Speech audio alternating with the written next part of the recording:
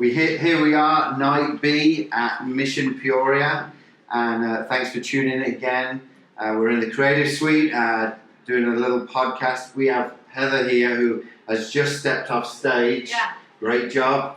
Thanks for not stealing the whole of my message, which is awesome. I figured just a part of it. Yeah. For those who are like, what is he on about? Last week I shot a text out to all the communicators saying, hey, what are you speaking on? We'd given a topic to everyone, but what context, where are you talking in the Bible from? And I shot out, I'm speaking on Gideon on Friday night, and Heather wrote back, are you kidding? That's what I'm speaking on. And I thought she was kidding. And you freaked me out. We were like, oh no, I need 24 hours to pray about this. But it really is setting up for a great Friday night with some of the movie that we've created each night that will really end the night. Yeah. So good. So it's going to be good. So, can't wait. So Heather is here. You have a bit of history with Mission Peoria. Tell us a bit about that. I do. So I think my first Mission Peoria was 2004. Oh. And which ages me a lot. But I was a baseline leader. Yeah. So we would go out and do, it was not this fancy, I promise you. But it was awesome. And I just remember having one of the best weeks and one of the hardest weeks. I had a bunch of kids from Lake Zurich on my team. Yeah, so all kids you would know. Lake Zurich kids. Yeah, so it was really fun. We loved it. Yes, and so people are like, what is baselines? Because I think it was about 7 years ago we switched from baseline to Metro Kids. So in the afternoon, we do Metro Kids, which is like a VBS on steroids. That's what we tell people. That's cool. And so you were a part of that in the initial early years. I think it was probably maybe like the second and third year that I helped lead it. Wow. So it was awesome. Yeah. So tonight you talked about who we are, our identity in Christ, and I asked Seth this question last night in the podcast, but what is it like trying to communicate that message from the stage? You know, a lot of people hear a message, right? But what is it like for a communicator to try and share that message and to feel the response, which can be difficult because of kids versus adults, that type of thing. What was it? What did you feel? How did you feel it went tonight? You know, it's really cool. I just got a text from a dear friend of mine who was here, and she said, I'm pretty sure you hit a home run with those teenagers, but you also just pierced this 50-year-old woman's heart. And I think the reality is that we all deal with insecurity. We all deal with image problems and understanding who we are. I mean, I know I'm very confident in who God has made me to be, and I still, today, was like, I don't think I'm supposed to be the one doing this. Yeah. You know? And so I think it's an issue that age does not matter. And as I was speaking, I could see people's faces, and it was resonating with the 14-year-old, and it was resonating with the 18-year-old guy in the back, and it was resonating with the 50-year-old woman. And so I just believe that the devil has so used this idea of robbing us of our identity and lie to us, because he knows that if he can keep us there, that revival won't start and won't happen. And then we won't be walking around as confident people made in the image of God. We'll be walking around like, I'm nobody, I'm nothing, And so I just think it's such an important conversation that we keep having. Yeah, and I shared in the service about some kids that have come up to me this week, telling me a little bit about their journey from last year, where we really hit hard last year, the whole topic of depression, anxiety, suicide, and not being alone. And, some of the kids were telling me how their year, even though it's been tough, they've been able to lean back into that message, whether it was myself or some of the other communicators.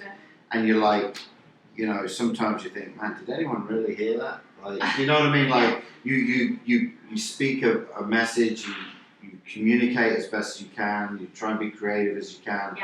And then you can sometimes come off the stage and go, was I talking to no one out there? Yeah. Exactly, yes. But then there's those individuals that come back and they are like, you don't know how that helped.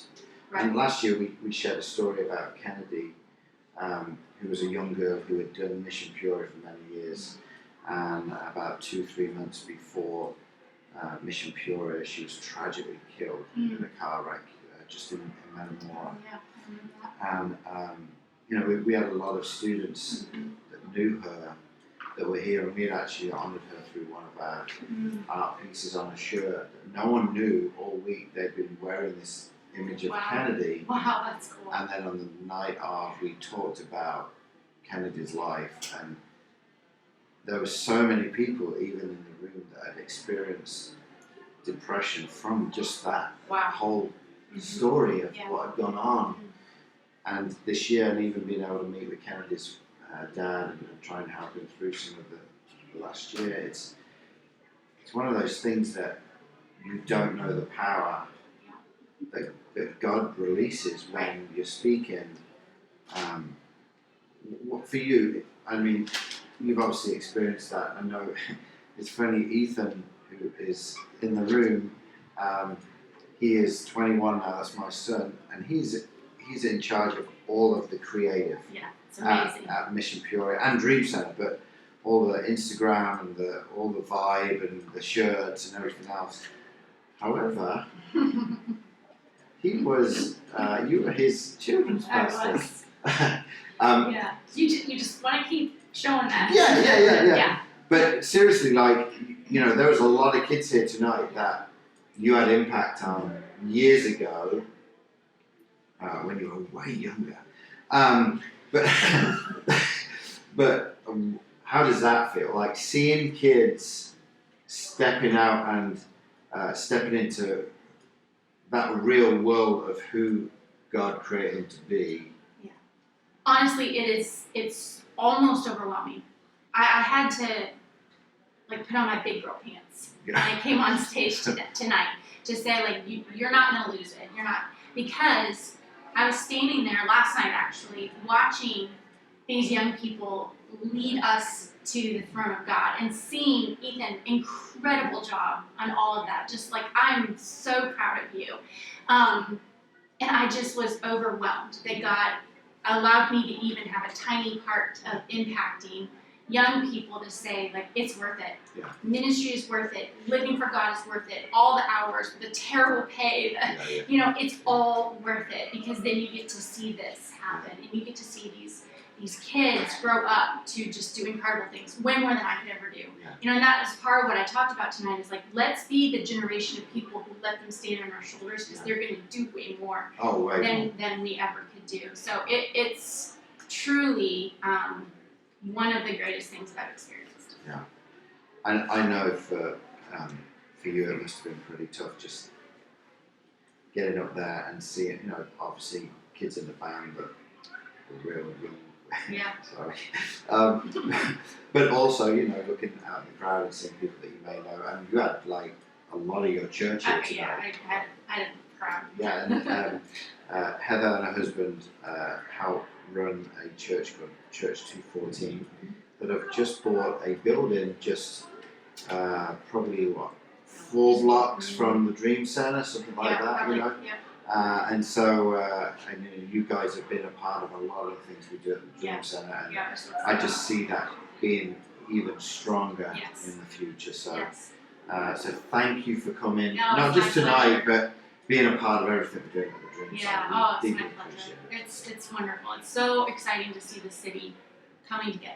Yeah. You know, I think for so many years we didn't, and now we are. Yeah. Well, thank you so much. You're welcome. And guys, tune in tomorrow night. We are going to be back with another episode.